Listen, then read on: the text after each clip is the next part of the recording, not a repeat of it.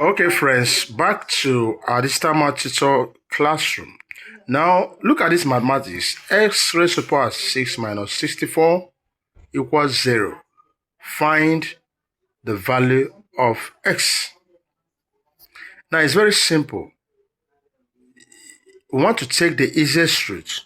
So what are we going to do? We're going to write x raised to the power 6 minus. Now, if x raised to the power 6 minus 64 equals 0, it simply means that x raised to the power 6 equals to 64. Yes, that's what it is, because it will be 0 plus 64, which is 64. You understand? That settles it. That makes it easier for us. And then it doesn't stop there. We are now going to look for, this should be x raised to the power 6 equal to,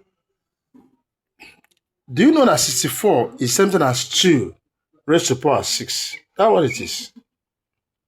64 is 2 raised to the power 6. And so, immediately we have these two indices, x6, 2, 6, and they have the same root. It simply means that x equals 2. That's what it simply means.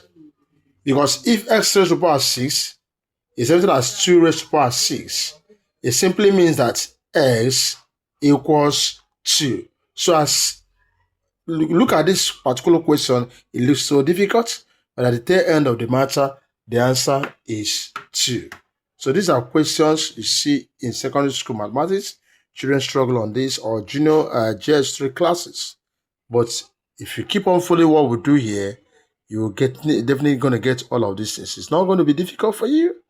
This is exactly how it's done. So please subscribe to our page, our channel here. Follow through, share this video for all those who will be interested to know more about this. And don't forget to give it a thumbs up if it makes sense to you. I wish you the best. Thanks for watching.